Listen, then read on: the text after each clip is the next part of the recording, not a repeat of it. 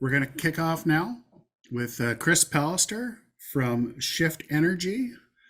And Chris, come on in. Awesome. Well, thank you so much, Glenn, and thank you for having me, everybody. I just want to say I absolutely love the passion that you all share for EVs and renewable energy. It's contagious. It gets me excited, and so thank you very much for having me today to talk to you about solar. Who has solar? I know Glenn, obviously, and Jim. Do a lot of you already have solar, or something you're curious about? I guess everyone's muted. I think a lot of us here are very curious and just are looking for ways to argue ourselves into it.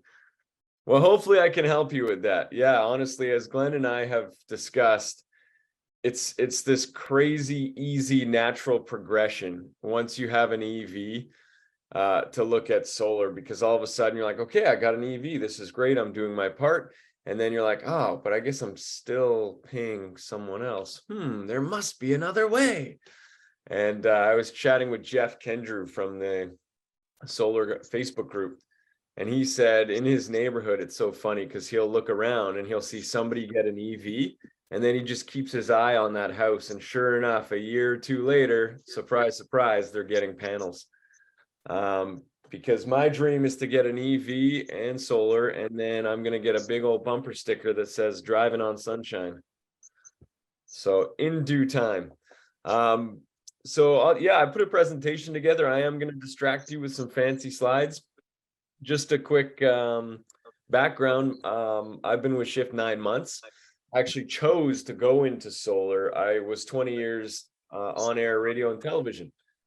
And I hit 40, had a midlife crisis, and decided that I wanted to switch it up a little bit and not wake up at 4 a.m. anymore and do the morning show. And I chose to go into solar, and I reached out to Colin Strong, who's the founder and president of Shift. And he just said, hey, look, man, I'd love for you to come on and just engage with people about solar and get people excited about solar. And so that's kind of my role at Shift. So I jumped at the opportunity to get on here and speak with you guys. Shift Energy Group started in 2010. It's an island company. And in 2017, Shift focused on solar and energy storage and EVs, but we've actually since pulled back on EVs. And now we just focus on solar panels and installation and energy storage. We're a certified Tesla Powerwall installer. So that is our main focus, and we are on the island, and we've since expanded to Vancouver and also Halifax, Nova Scotia, which is pretty exciting. Yeah, and Halifax, Nova energy rates are about 16.5 cents a kilowatt hour, and they've just announced a 12%, almost 15% increase over the next 2 years. So a lot of people there's some mainstream hate against Nova Scotia Power, and a lot of people looking at solar and energy storage out there because they also have time of day, which is something energy storage can help with. So that's a little bit of background. I'm going to share my screen and dive into the presentation. It's 16, 17 slides. I'm going to try to move pretty quick. I asked Glenn to hit on what should I hit on, and he kind of mentioned a few things. So I'll talk about kind of the main things, and then obviously any questions, put them in the chat. I'll answer as I go. There's a lot to cover, so I'm going to try to keep it exciting and engaging, and we'll keep it moving. So let me just fire this bad boy up here. All right, my friends, the Electric Vehicle Association, thank you very much for having me. There we go. So I just wanted to touch a little bit on solar growth in Canada. It's actually really interesting listening to Lee, because I feel like solar is probably about 4 or 5 years behind electric vehicles and all the rebates and everything that, everyone's all of a sudden moving. In the beginning, EVs, it was all early adopters getting EV charges. And now EVs are moving into the majority along that adoption curve. And so more and more people are getting EVs, and solar is about 5 years back. We're still in the early adopters, but man, it is growing fast. For example, Shift 2 years ago had about 10 staff members, and we now have 58. And as mentioned, we've expanded across Canada. So the growth is there. More and more people are looking at it. We're finding, of course, it's your energy independence seekers. It's your renewable lovers and environmentalists. Your techies are big into solar right now, as Glenn can attest. You get cool apps and things like that to check every night before you go to bed. And of course, because the cost of solar has come way down from where it was, it now makes sense as an investment as well. So we're kind of at this wonderful place where all these different sectors are meeting, and it's all converging on solar. So just some stats I pulled. I can't explain compound annual growth rate in very much detail, but I do know it's good news that it is expected to register 11% during the forecasted few years. For example, 10 years ago, 13 years ago, installed capacity was 221 megawatts in Canada. And now we're upwards of 3,325 megawatts. China has 300 gigawatts. And that's just over 3 gigawatts in Canada. China, India, the rest of the world is so far ahead of us when it comes to solar. But again, that's why it's so exciting to be in Canada, because it's working for a lot of people. Provinces, Alberta's leading the way, Manitoba, Ontario, and BC is on the list, but we've got some catching up to do as well. And then right now it accounts for less than 1% of Canada's annual electricity production, but the growing is happening now, and that's going to skyrocket, of course, with Canada's plan to achieve net zero and things such as that, to replace the share of fossil fuels. It's only going to help solar. Now, some details on sunshine. Now, a lot of people say, wow, Chris, what are you talking about, man? There's way too much clouds, solar doesn't work here, dude. Well, it actually does. And what's really interesting is, as you can see on the left there for Vancouver Island, this is the average amount of sunshine yearly. Port Hardy, as you can see, Victoria, Sydney gets 2,109 hours. This is all average, of course, 308 days. Wow, Kelowna, that would be a great spot for solar because they get way more sun. Well, this was my surprise to me as well. We actually get more days of sunshine than Kelowna, which I'm still trying to wrap my head around. But the stats were there. So it's exciting nonetheless that we here in Victoria and Sydney do get, Victoria to Sydney get a lot. I actually lived in Vancouver for a few years. And before I moved there, I remember thinking like, oh, I grew up on the island. It's fine. I'm used to rain. And I got there. I said, whoa, no, they get a lot of rain. Photovoltaics. This is Solar 101. I know a few of you already know this stuff. It's super basic. Photovoltaics, photons in the sunlight come down and they hit your solar panel. And on a basic level, they cause the electrons to move up and down, party, left, right, positive to negative. And that movement, just like the movement on a wind turbine or the turbines in hydro, is what creates electricity. And that electricity is then captured by an electrical conductor sent to an inverter because it is direct current. And the inverter converts it to alternating current, which we use in our homes, and it goes into your panel and powers your heat pump, powers your EV, powers your coffee maker, all the things that we use. And of course, a lot of people get this one mixed up, kilowatts versus kilowatt hours. And I saw this the other day, and even for myself, it just made it nice and clear for me. Kilowatts is power at a time. Kilowatt hours is power over time. So you got a 1 kilowatt heater, that's 1 kilowatts. If it's running for an hour, that's 1 kilowatt hour. Now for the solar, because essentially how we size your solar system is say you need a 10 kilowatt solar system. So, or in this example, an 8 kilowatt solar array in ideal conditions might produce 8 kilowatts in direct sunlight at a time, but all day over time, it might produce 20 kilowatt hours. And I know just briefly chatting with Jim and Glenn, I think, Jim, you said yours is already at 50 kilowatt hours or something you produced today. Is that right? Yeah, no, 5. Oh, 5, sorry. Like 50, nice work. What a day. Yeah, no, during the summer, it averages 50 a day. And, but right now, no. Yeah. There's also the shoulder hours, sunrise, sunset, things back off a bit. So totally. Yeah, and as you go down your solar journey, you'll learn all about the shoulder hours and how we size systems to account for the shoulder hours. And and such as that. But that's a crash course in solar 101 for sure. Photons in the sunlight move electrons to create electricity. And we size a solar system based on your consumption. Actually, Lee touched on it, which was wonderful. When we look to quote a system, we ask you to go to your BC Hydro account and tally up the consumption over the last year so that we can then base a solar array to cover your consumption and see how close to 100% of your consumption that we can cover. My understanding is, and you guys of all people would be able to correct me on this, I think we usually add about 3,000 kilowatt hours if somebody's going to get an EV, if they're planning on getting an EV, to that as well. But this is also how hydro controls, because basically what happens is they will, thanks to net metering, so we size your solar array to cover your house only, and they're trying to prevent people from, you know, covering their house and then some and trying to make money. So essentially what they do is they allow you to build a solar array that will cover your house and your needs. And thanks to net metering, that pans out, which I'll go on to in a little bit. And they will buy back power from you March 1st every year if you have excess solar energy at the end of the year. However, they buy it back at about a third of what you pay for it. And that's their way of kind of controlling you and making sure you're not getting a massive system to cover power energy that you don't need.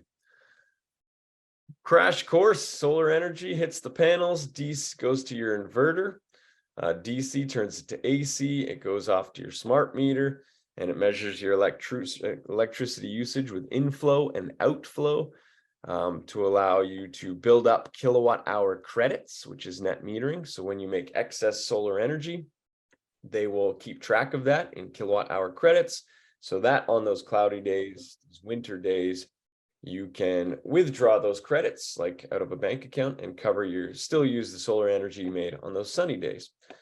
And then system monitoring, of course, we monitor all the systems we install. We have a 25-year production guarantee as well with Shift to make sure whatever we say your system's going to produce, it will produce that. And if it doesn't produce that, we will compensate you the difference. Or if there's a technical issue, we will fix it on us. Glenn, actually, or Jim, I actually have not seen a full power bill. So I'd actually love one of you guys to jump in and explain what you see. But this is an example of a net metering bill. Your electricity inflow, 786, electricity outflow, you can see it all here. And then they take the previous balance of your generation, they subtract that off that, and there's where it is. So Jim and Glenn, if you wouldn't mind jumping in and explaining a little bit about this, I'd appreciate that, because again, I haven't seen it. What I see is my unit was put in June, and I didn't see a hydro bill until January of the following year. At that point, I get billed every 2 months. So I got one in January, I got one in March, and then nothing since. And that's the pattern. And that's mostly because I have baseboard heating. Yeah, and the point is you will still be charged for your grid connection every month and your billing, all that good stuff. But yeah, in production months, you will see your balance going up, the amount of kilowatts you're throwing into the system, and it builds up and builds up and builds up, and then you start drawing it back down in mid-October, and at the end of whatever your anniversary is, they'll then come up with, you use this much and you produce this much, therefore we're going to give you a bill for whatever the bonus or the deficit is.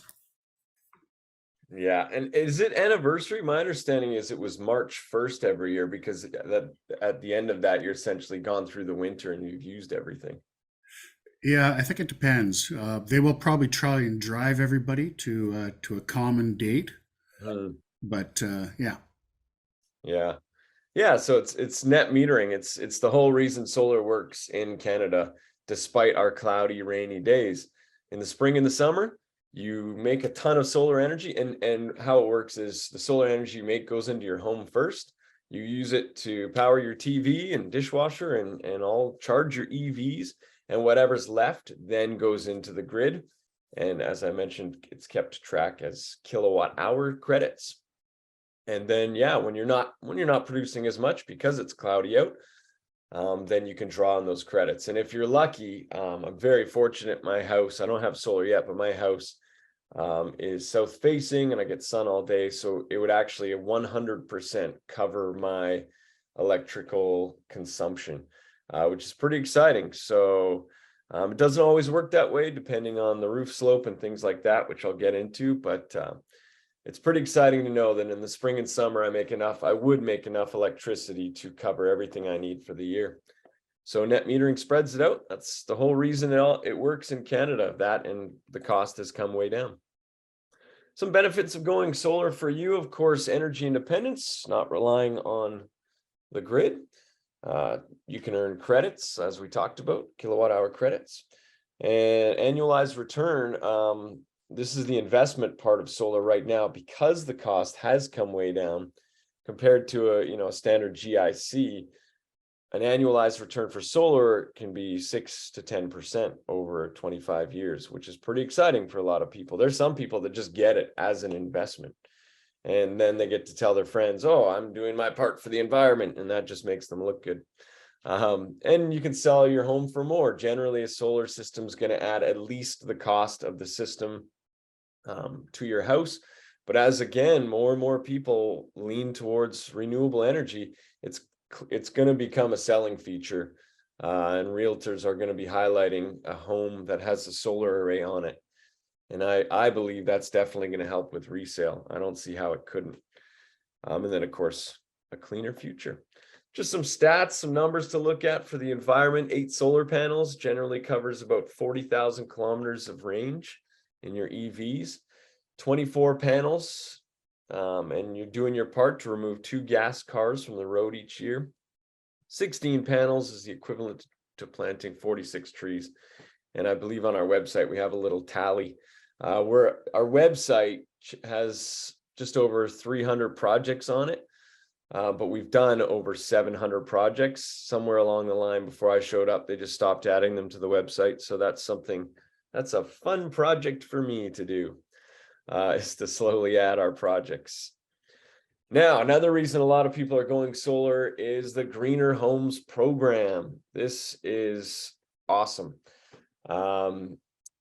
5,000 grants up to $5,000. That's $1,000 per kilowatt. So if you got a 5 kilowatt solar system, you'd get $1,000. So there's $5,000 coming back to you. You also, the big step in this is you have to get an energy audit. Now, I'm not sure if you've done this, but if you want to use the program, you have to get an energy advisor in, and they essentially go through your house, do a blower test, check your insulation, all the things, and they come back and say, well, if you want to make your home more energy efficient, we recommend doing this with your windows, getting a heat pump, doing this with your insulation, and they do recommend solar, which is great for us. Now, it costs $600 to get that energy audit done, but again, the great thing is at the end of the project, you're going to get that $600 back as well. So, and then the big one, which came out last August, was a loan. This is an interest-free loan with a 10-year repayment payback period of 10 years. And it's up to $40,000. So I always use my home as an example because it's perfect. It's 100% offset, south-facing roof, and it costs about $25,000 for my array. So I love the math on this because right now my energy consumption, family of 4, detached house, is around $160 a month. So for me, $25,000 to get my solar array, then it is a reimbursement loan. That is key. So you have to pay everything up front, and then you would get it back. So I would get the $5,000 rebate, the $600 for that energy audit, which leaves me with about $20,000. And I would put that $20,000 onto the 0% interest loan. And the repayment on that, which is not going to change for 10 years, is $166 a month. That's not changing for 10 years. And that's $16 a month more than I'm paying for hydro right now. So in 10 years, when my hydro is only going to go up, rates only are going to go up. And if I get my solar system, I'm just paying $166 for 10 years. And then after that 10 years, I've still got at least 15 years on my system of warranted coverage. And the systems last at least 30 years and beyond. So I love the math on that. And that's why I'm definitely going to be going solar when the time is right. I've just got to figure out paying for kids' braces in the near future first, and then I'm going to apply for that Greener Homes program. Things to know, just double checking myself here. Yeah, you got to pay for the project up front. And as I mentioned, first step is register for the program and get that energy audit. That is key. And you can't do any work until you've had that and they've given you the thumbs up. And then they actually do have to come in after and give the thumbs up that the project is done. Then they will submit their information. You submit your paid invoice to the government and they do their thing, and then they'll direct deposit the loan amount into your account. Rough costs of going solar right now, as you can see on the screen, smaller home, 4 to 5 kilowatts, 9 to 13. I would say the average home systems that we do at Shift are the 7 to 10 kilowatt systems. And that's where mine came in. I think mine was about a 9.8, might even be a 10. So I was right around that peak 24, 25,000, and then it goes up from there. Of course, unfortunately, just like everything in the world, including the cauliflower at my grocery store, costs due to inflation are creeping up a little bit as well. So it's nice that there's a little up to 40K room on that loan, that's for sure. Some ways to save, consume less energy. I did a podcast with Steve Unger, who's our head engineer. And we talked about how a lot of people just get a solar array to cover their energy use. They don't even think about consuming less energy and then requiring a smaller solar array. It was called, "What is the real cost of energy?" And we got real deep on this episode if you want to check it out. Consume less energy. Maximize capacity on a single roof portion, because every time you put another array on another side of your roof, of course, that just adds to the cost. Another suggestion was use powered outbuildings. Maybe you have a garage or something. That would be a perfect spot. And another big tip is go solar when you're replacing your roof. Because, if your roof is due in 5 years, you're just going to have to pull your panels off and fix your roof and go put them back on. So it's always wise to look at the age of your roof and consider the timing of when you're going to go solar. Some variables, lots of variables in those quotes, and lots of things can change how much production you can get. When it comes to equipment, inverters, panels, mounting hardware, amount of wire, is it a long run to go to your panel, things like that. Roof orientation, south is ideal. You're going to get that sunshine all day. And of course, east and west work as well. East in the morning, west in the afternoon. Obstructions, trees and buildings, you don't want shade on those panels. And a roof design, and this is kind of that part I mentioned about, you want to try and keep, one solar array if you can, otherwise the cost does start to creep up. So peaks and valleys, dormers, plumbing stacks, and skylights. And this is an interesting one as well, because in Victoria we have a lot of older homes. My home is 100 amp service and 100 amp bus bar. And you can usually find this stuff written on your panel somewhere. But for example, if you have 100 amp service and 100 amp bus bar, you can do 12 panels, and that's the max. That's, a 20 amp solar breaker. However, if you have a 125 amp bus bar, so even if you got 100 amp service, your bus bar behind there where all your breakers are plugging into, it might be 125 amps. And if that's the case, all of a sudden you can get 30 panels. There's a bus bar formula that we do, and we essentially take the bus bar rating, multiply it by 1.25 or 125%, and then subtract your service. And that leaves you with how much room you have for solar. So if you have a 200 amp service, you can get 30 panels. But if you have a 225 amp bus bar, all of a sudden you're up to 48 panels, if that's what you need to power your life. So I would need to upgrade my panel. I would get Edwards Electric in and do a panel upgrade to make sure that you can do a panel swap, which means you can just up the bus bar. But because of, we have dreams of getting a hot tub and things like that, and 100 amp service just isn't cutting it. And of course, EVs. So we would have to do a panel upgrade. And then roof type, we install solar on shingles, asphalt shingles, metal, standing, corrugated, torch on flat, TPO flat, tile, Spanish and concrete tile. There's two things that we don't do, and that's cedar shake, because we just find that the cedar shingles, they just split apart every time we're trying to mount, and we don't do metal shingles either. All right, return on investment. This is an example of what you would see on your proposal. This is somebody's proposal that I grabbed just for a slide here. You can see that their system size is a 9 kilowatt system, so that is the size. And the projected annual production would be 10,025 kilowatt hours over the year. And again, we stand by that production. If your system does not meet that production, we will compensate you the difference or make it right if it's a technical issue. And that's going to offset this person's consumption by 68%. So we've given an example with a 30-year average. Without solar, they're going to pay $2,800. With solar, they're going to pay $1,200.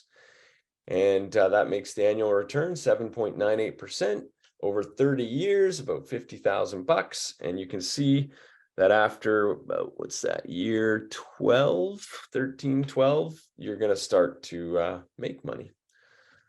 Crash course in that return on investment.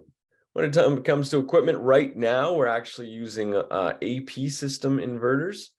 We use a lot of Longy solar panels. So again, this is from someone's proposal. We proposed 20 Longy solar panels, 10 AP system inverters, one micro inverter does 2 panels. I should say there's a few different types. There's string inverters or micro inverters, and essentially that is, or solar edge is another one. So you can have every solar panel can be connected in a string, and they all go to one big inverter. And it might be next to your panel, might be on the side of your house. And then that converts it from DC to AC. Or you can do micro inverters, which the conversion from DC to AC happens on the roof under the panels. And then all you have going from the panels at that point is AC going into your breaker panel. And there's the racking, Schletter rails, components, mounting assembly. We have lots of other options, N-phase, solar edge. We do black on black. A lot of people are liking the look of the black on black solar panels. Whatever the project calls for. And I do have some notes as well, if you have more questions about that on what we use and why we're using AP systems now. Install timeline. This was something Glenn was curious about because, as more and more projects come up, we can't hire people fast enough to complete them. So right now for Shift in Victoria, if you got your quote next week and you wanted your solar system in, now would be a great time, to be honest with you, to maximize that production in the spring and summer. If you didn't need the Greener Homes loan or anything like that, it would be about 2.5 months from deposit to the install.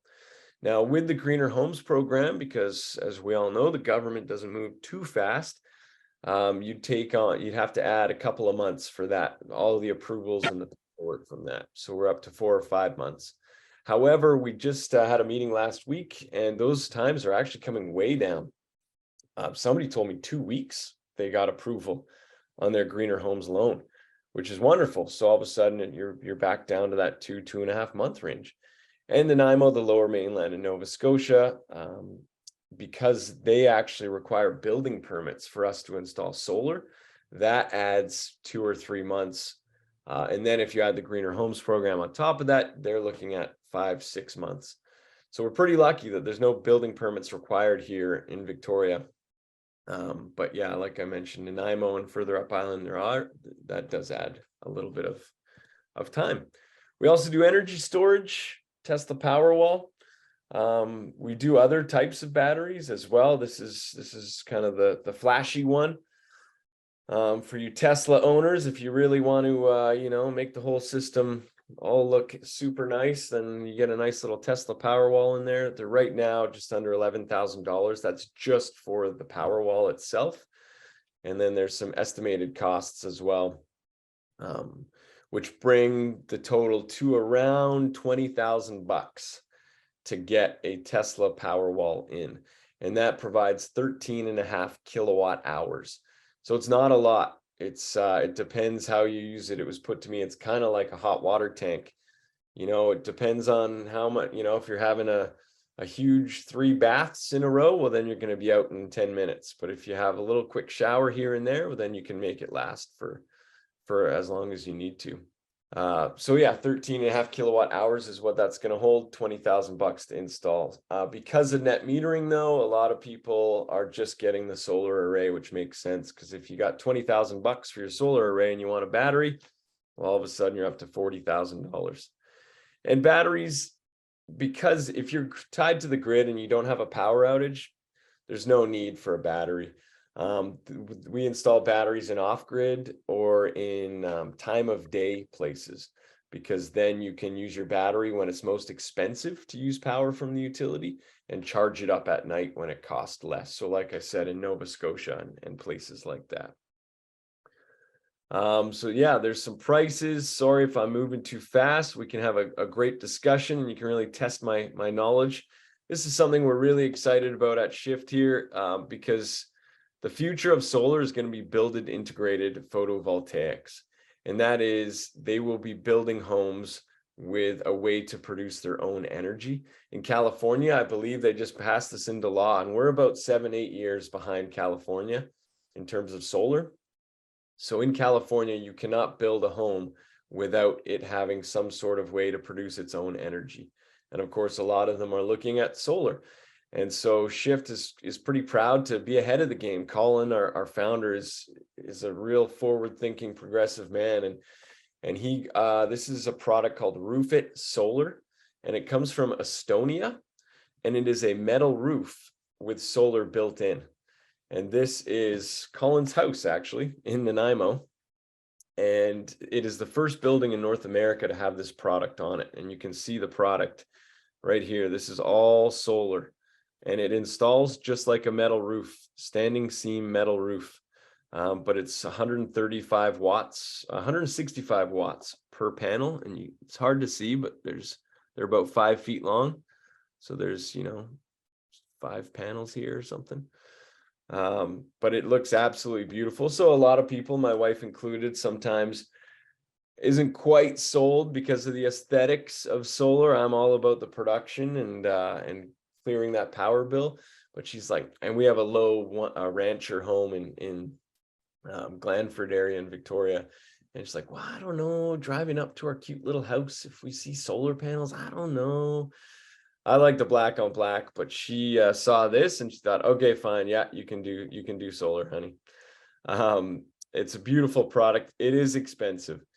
Right now it's around, I want to say $65 a square foot. So it is a premium. You pay for that beauty for sure. We hope that it will come down in the near future. That's our plan. But right now it is a premium product. And we see it going on a lot of new builds more so than retrofitting your current house. But yeah, that's roofit.solar by Shift. We're pretty excited about that. This is just a project downtown, the largest solar array in Victoria that we installed in October. I learned how to fly a drone with my growth at Shift. And so I put together this little drone video of this install. 251 solar panels, and it's right downtown, as you can see behind the Parliament buildings on the Ministry of Environment building. It's Jal Properties is the developer. They're the ones that hired us to install it. It just happens to be the home of the Ministry of Environment. That's downtown, as you can see, just behind the legislature. Largest solar array in Victoria. The Central Saanich Fire Hall does have a slightly bigger one. But we're in chat in talks right now with somebody else in Victoria to do one bigger than that, which we're very excited about. And we actually did one we just finished an install. I don't have video, It's not super public, but we just finished the install for a warehouse in Delta, a brand new warehouse in Delta for a company called Lululemon. You might be familiar with them. And we have installed the largest rooftop solar array in British Columbia on the roof of that building, and it's in the logo. It's the Lululemon logo in solar panels, which we're really excited to go public with. And it's kind of public now because when you fly in and out of Vancouver, you can see it. It says Lululemon in solar panels right on the roof, but we're really, really excited about that one. I'm right near the end here, my friends. Just wanted to chat about the solar referral program. Basically, if you refer us, you get $250, $500 for your second referral, and $750 for your third or more referrals. So Glenn and Jim, you already have solar from us, so feel free to share the word and we'll give you some cash. And you can sign up for it there at the website.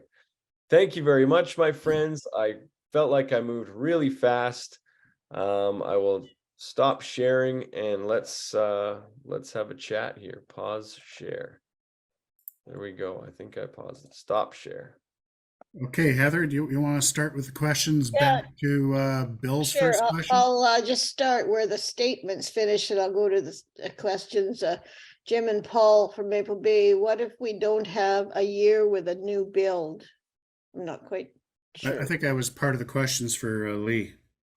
Was that for Lee? Yeah. Was it 212? Okay, it might have been though. No, actually, it was for the hydro rates because you had to have a year's worth of hydro rates to get the assessment Right. approved for the BC Energy or the energy grants. Yeah, I don't think you need it to get the grants. You need it for a proposal. However, that being said, we do proposals for new builds all the time, just based on the specs for the building. We can usually gauge it pretty well.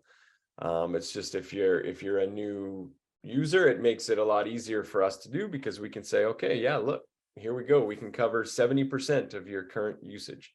Otherwise, we've gotten pretty good at ballparking it based off the size of the house and the panel and things going into the house and things like that, if that answers your question. Yeah, Could that's definitely be great. done. I put in a request to shift for a quote. Oh, wonderful. Yeah, Oh. excited. Yeah, that's great. Sorry, you did that recently? Just while you were chatting. Oh, no way.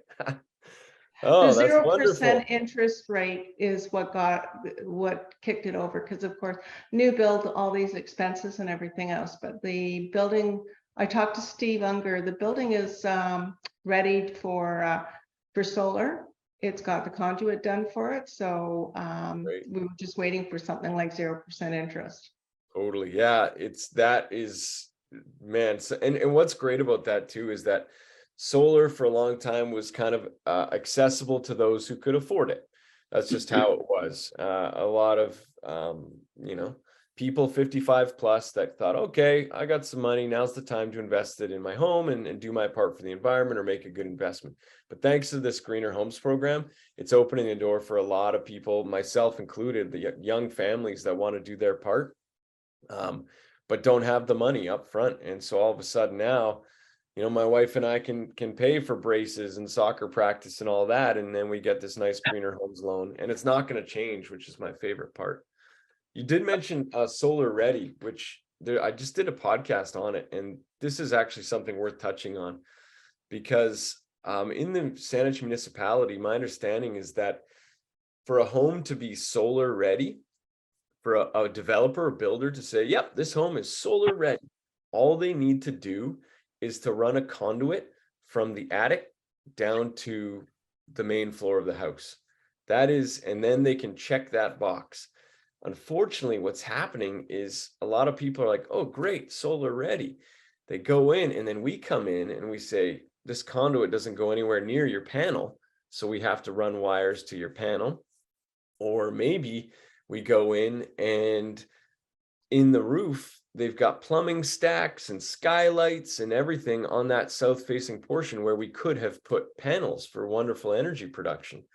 So we took pictures of the roof while it was being built, the attic space and where the conduit ends.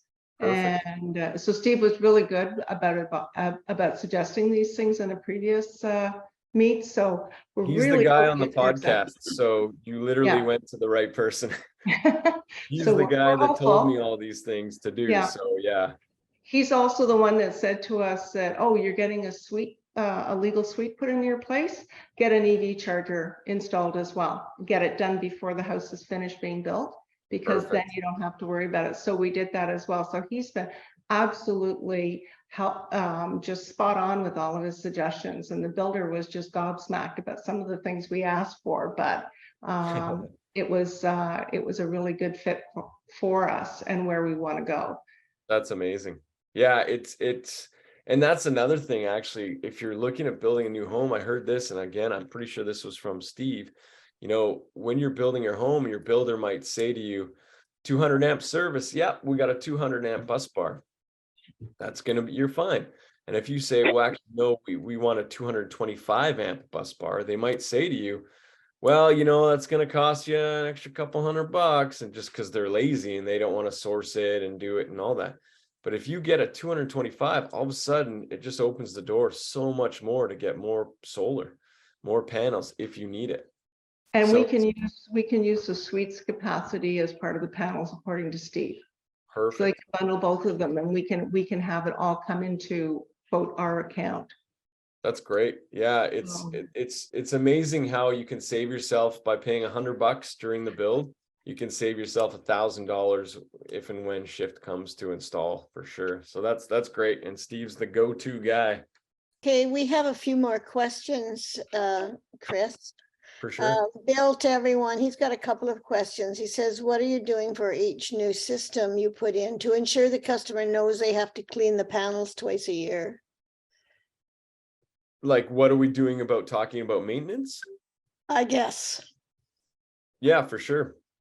Yeah, I mean, the exciting thing is that rain, for the most part, we say cleans the panels. If you do feel the need to clean, no pressure washing is the message. Obviously, just a little bit of soap, even just a damp bottle of water. Yeah, I don't know if we have any instructions, so to say. The only instructions I got were just let rainwater do it. Yeah, and that's truly what we say here on the West Coast. The rain will, you know, we do not encourage you going up onto your roof and trying to clean them. The rain will take care of it. That's the overall message. And then if you really feel the need to, maybe it's really dusty in the summer. We've had a month of dry weather and they're getting a little dusty. Then yeah, just a simple garden hose if you want, or there's a post on social media about this recently. But it's never really an issue here on the West Coast in terms of people having to go up and clean them. And Bill also asks, he says, my panel upgrade was $3,500. Do you know on average what Edwards is charging? Lastly, BC Hydro charged me $900 to turn off power to allow you folks to tie into the smart meter. Are they still charging that fee? I see. Yeah, I can't speak, unfortunately, to exact numbers. That's not my department, unfortunately. And also that $900 to turn off the power by Hydro, will they still be charging that fee? Good question. I can get the answer for you. Unfortunately, I can't give it at the moment. Okay, I have a smart meter, and we didn't pay anything to Hydro. okay. Oh, Thanks, Jim. Mike asks, can I install a solar that will provide power during a grid outage? I've been told I can't. Yeah, that's a good question, Mike. You can't. So what happens in the event of a power outage is it disconnects your solar system. It will no longer send power to the grid because if the power's out, they're going to be working on the lines. And if we're sending our beautiful sunny solar array, we're going to zap them. So it automatically disengages from the grid. The only way you could actually use solar in a power outage, it seems weird, but if you had a battery, because again, we're using the grid instead of a battery. So when the grid goes down, we can't use the solar. But if we had a battery, then the solar would feed the battery. We would use the battery to power our house. So yeah, unfortunately, if you're grid tied only and the power's out, it will kill the solar array. So we don't zap anybody. Next question from Bill again is, do you recommend getting a new roof to last 25 years plus prior to putting up a new solar panel? And what is the approximate cost of temporary off solar for an existing roof to put on a new roof later? Yeah, I'm just reading it. I mean, definitely, yeah, a new roof lasting 25 years plus before you do your solar panels would be wonderful, because then you're never going to have to touch your roof. You just put your panels on, sit back, relax, and have a margarita and enjoy that solar production. The approximate cost to to take the solar off, and then, is that what the question is? Approximate cost to temporary take off solar for an existing roof to put a new roof on later? I guess so. He doesn't seem to be here anymore, so I'm not Oh, I sure. lost him. Yeah. Yeah, I wish I knew. That's a good question. I don't have the cost of that. We will do that for sure. We'll come and take them off and let you do your roof and then put them back on. Unfortunately, Sorry, excuse me. Anne asks, we occasionally have big hailstorms. What damages can we be expected? they're rated for, I think it's about 165 kilometers per hour impact. So hail's not going to bust your solar panels. It's going to take a lot more than hail to do that. We wouldn't be in business very long if hail did damage them. They're definitely constructed well to handle that. And Jim and Glenn, I don't think you had any damage, have you? No. And our last question from Barb. We looked at getting the Greener Homes grant or loan, but could not get them because we already had a grant for our heat pump and because the auditor did not recommend solar, apparently because in BC we have too much hydropower. Note also that the energy audit was about $1,000. Interesting. Yeah, I'm only going off what I know, and I was chatting with Dan from Gets Energy. And it's about $600. I know in Vancouver it was about $800.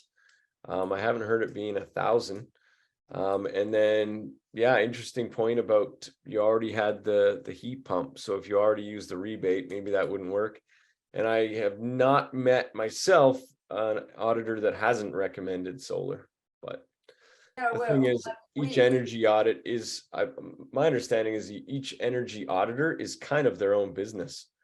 Go ahead, Barbara, you had something? Yeah, I was just going to say, yeah, it surprised us because, of course, we originally got the energy audit specifically because we were getting heat pump. So then when we wanted to apply to get the loan for the solar installation, they said, well, you need an energy audit. We said, well, we already had one. And when we went back to look at it, they hadn't recommended solar. So it would have meant getting another energy audit to see if they might recommend solar. But when we talked, you talked to him, didn't you? And he said it was because BC already has so much hydro, so it's considered green power. So they don't particularly want to give us any benefits when we already have what they consider green power. So, I mean, that's the federal. Yeah, I'll stick my oar in here and say that, you know, as Chris was saying, each of these guys is an independent person. And if you've already got sort of the max you can get from the federal program, then there's no advantage to them coming back to do anything, because you're not going to get reimbursed for a second audit and you're not going to get any money from the feds. So it's probably a short form way of him not doing anything because it wasn't going to benefit him. Just my supposition. Yeah, get a second opinion. Yeah, I would. Yeah, like I said, Dan from Gets Energy has been amazing. So if you wanted to chat with him, I'm sure he would even let you just pick his brain, honestly, and just see what's going on with that. Because yeah, I mean, and I'm not sure about the rebates too. That's interesting. If you've used it for the heat pump, does that take that up? The bonus is that you've got this Greener Homes loan available now. No. Well, that's what we thought we could use, but then they said because he never recommended solar with the audit, we couldn't get the loan either. Well, it wasn't that. If we couldn't get a grant, then we couldn't apply for an interest-free loan. And when was this? What Greener Homes told us was the only way around it is to sell your house and start over again. Fortunately, I don't have any answers for you other than what Jim suggested, and just get a second opinion. And like I said, I can pass you on to Dan's email And if you want me to do I'll stick my R in again here. As somebody who always seems to be doing things long before their incentives, I can tell you that it's still worth doing it regardless. So I paid the full freight for my solar system. My levelized cost of energy over the next 30 years is 7 cents a kilowatt. So I'm already, 30% below step one BC Hydro rates. So We're gonna be dead in 30 years, so your house won't. don't Your house won't. think that far out, but Well, the other thing is we have to put a new roof on it, which because of the design of our roof is extremely expensive. So, step by step, We- we still may do it. We still may do it. Yeah, Yeah, I mean, it's still adding value to your home. Yeah. Oh, yeah. yeah. Oh, for sure. Yeah. absolutely. But you got to have the bucks up front. It's Yeah, like that- I converted a house from oil heat to electric baseboard hot water, and I moved up before I got the payback on. Well, no, I got a payback when I sold the house, Yeah. Yeah. but I knew I left a house that was much better for everybody Yeah. than the one I moved into in 2000. Yeah, and we probably will eventually do it. It's just, it slowed everything down because when we found out, it wasn't so bad not getting the grant, but when we couldn't get the loan either, we said, Yeah. well, that would have helped us quite a bit. Yeah, I'll give you Dan's email, Okay, And, thanks. uh, We'll check and it out. hopefully he can help you out. And I could be wrong, maybe for some weird reason it doesn't work, but I do doesn't find sound- that funny, because all the energy auditors that I've met, they add solar as well, which is why we're spending money advertising it. I did some math on that hailstorm and on that 165 kilometers per hour, actually, because a lot of people want to know, will hail damage my solar panels? And makes sense. And I think the largest hailstone ever to fall was almost 8 inches. I don't even think that's a stone at that point. And it impacted, they figure, whoever was there to measure, I don't know how it works, but it said it hit something at like 170 kilometers per hour. So I was like, okay, I feel pretty good that the largest hailstone ever would have maybe damaged your solar panel, but anything smaller than 8 inches should be okay. Now, don't hold me to it if a 1-inch stone does some damage, but Well, if you're selling well in Saskatchewan, that means they're probably not doing that much damage. oh, there you go. Yes, the prairie provinces are massive, because actually solar is more efficient in Canada than in Hawaii or Mexico or Arizona, because solar panels are just like any electronic device. They work better when they're cooler. They're more energy efficient when they're cooler. The difference is a panel would produce more in Mexico because they're just getting more sunshine. But if you did a Canada panel versus a Mexico panel in direct sunlight, the Canadian one is probably going to be more efficient. Right on. Well, thanks, Chris. That was awesome. Thanks, guys. Yeah, I feel like I went on too long. That was my first Oh. presentation for you guys. I'm going to hopefully use this. Any feedback quickly, actually, for me, so as I go forward and use this presentation. I think it checked all the boxes and is good for neophytes as well as experienced people. So no, that's pretty awesome. Okay, well, I really appreciate that, guys. And Glenn, thanks for having me and inviting me out, and we'll get you on the podcast again. No Check out problem. Glenn's episode if you haven't already.